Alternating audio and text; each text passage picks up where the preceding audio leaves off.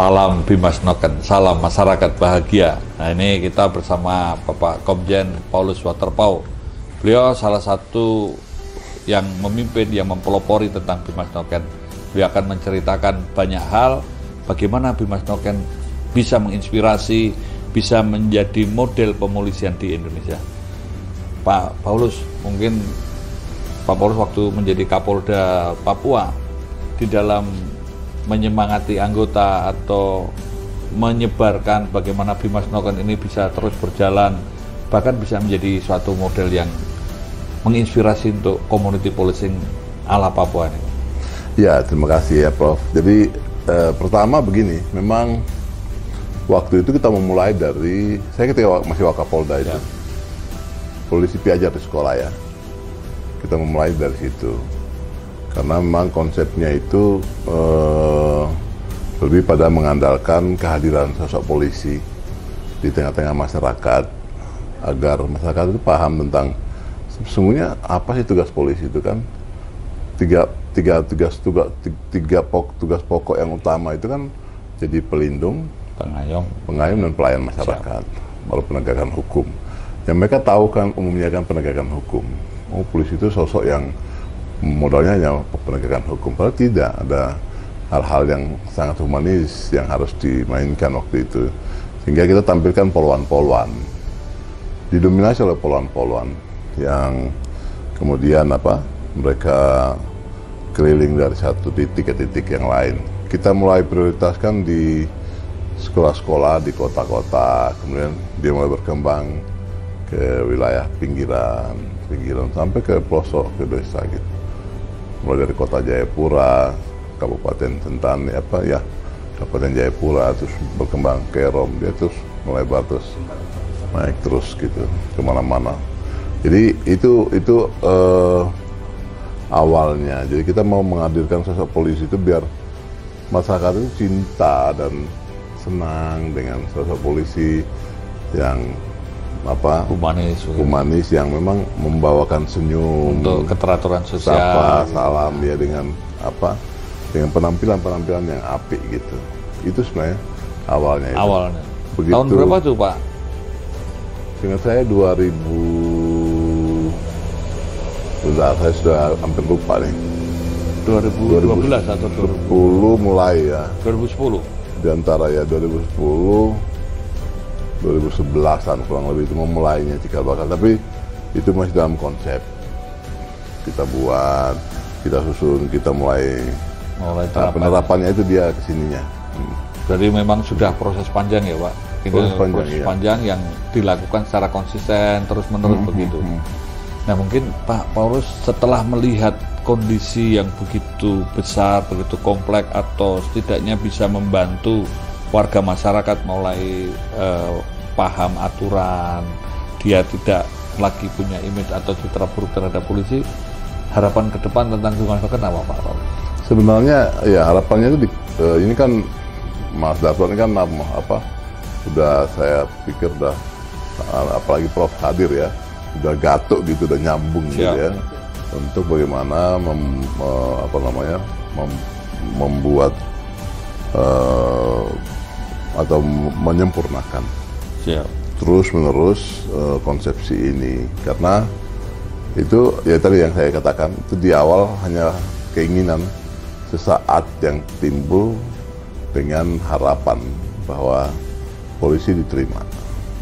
Nah, kata polisi diterima di tengah masyarakat ini kan kita tahu bahwa masyarakat Papua itu kan mereka gampang-gampang susah karena punya latar belakang tertentu, mereka punya sejarah, mereka punya kehidupan yang dari waktu ke waktu itu sering mereka jadikan sebagai tameng atau katakan materi wahana belajar mereka gitu. Mereka kadang-kadang melihat kepemimpinan, mereka kadang-kadang melihat sosok-sosok yang baik, ada pejabat-pejabat yang dulu, senior kita yang baik, itu mereka ingat-ingat itu. Nah sebaliknya kalau yang kurang baik atau kurang sesuai dengan harapan mereka juga paham itu gitu. Jadi menurut saya itu bagian yang harus disempurnakan terus menerus sehingga nanti dia berkembang menjadi lebih baik. Artinya kehadiran sosok polisi ini menurut saya wajib. Makanya seperti sekarang, jadi mana-mana lah ketika saya masih memimpin, diberikan amanah untuk memimpin itu, selalu saya katakan bahwa sosok polisi itu harus ada di tengah masyarakat. Kita polisi, yang tugas utamanya itu ya di tengah masyarakat, bukan di kantor. Ya. Apalagi kalau misalkan lalu lintas. Makanya saya pernah kan mengkritisi ya, misalkan sosok Polair. Kalian bukan Polair darat. Sampai begitunya tuh. Ya. Kalian adalah polisi perairan dan udara. Jadi kalau udara mungkin ada keterbatasan dengan sarana, tapi di darat, di udara itu apa, di laut itu mau tampil. Sampai pernah juga saya bilang kan, misalkan bukan polisi perairan di antara Tanjung Batu ke batas perbatasan ini saja, tapi satu Papua ini harus dikuasai. Nah, itu memaknai tugasnya sama dengan lalu lintas, apalagi reserse, intelijen, macam-macam bimas dan lain sebagainya. Itu tugas kalian yang harus ada di tengah lapangan. Menurut saya memang itu.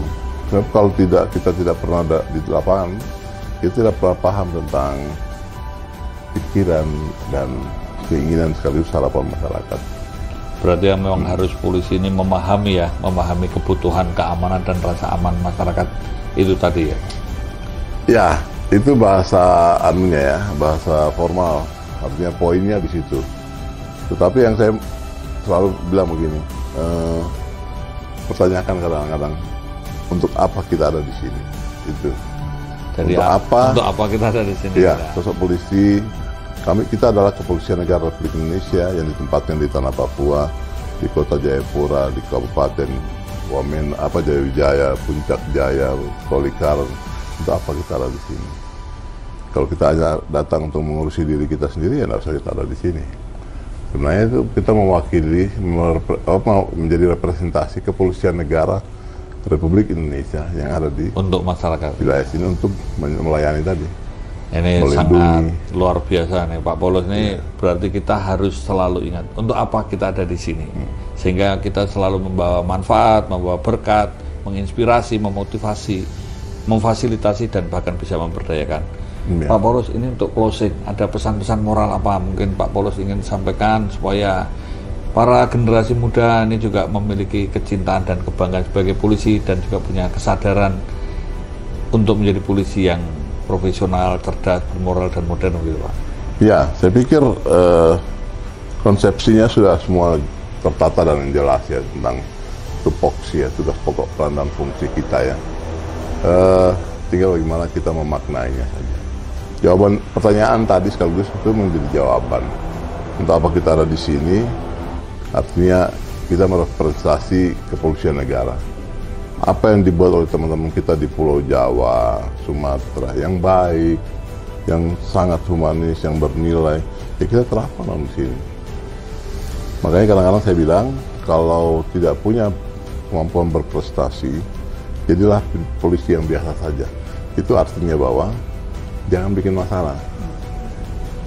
Kalau tidak penting, jangan buat gaduh, bikin soal yang nanti akhirnya mengganggu citra Polri itu. Kita ada di sini mewakili kepolisian itu, kita harus baik, apalagi punya prestasi. Itu saudara kita di seluruh Nusantara tuh akan bahagia, apalagi pimpinan kita. Itu yang kita harus jaga ya.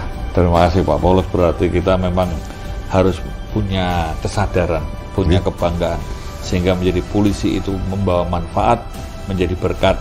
Dan kalaupun tidak berprestasi, jangan bikin masalah. Ya. Kita harus juga sadar bahwa keberadaan kita ini karena masyarakat, dan kita juga harus membawa dan menjaga citra gitu Pak. Nah, terima kasih atas penjelasan, dan ini sesuatu yang berharga. Pak Paulus bisa sharing dan menceritakan bagaimana dan semestinya pengalaman beliau selama menjadi polisi, khususnya di Papua ini. Terima kasih Pak. Terima kasih. Selamat pagi.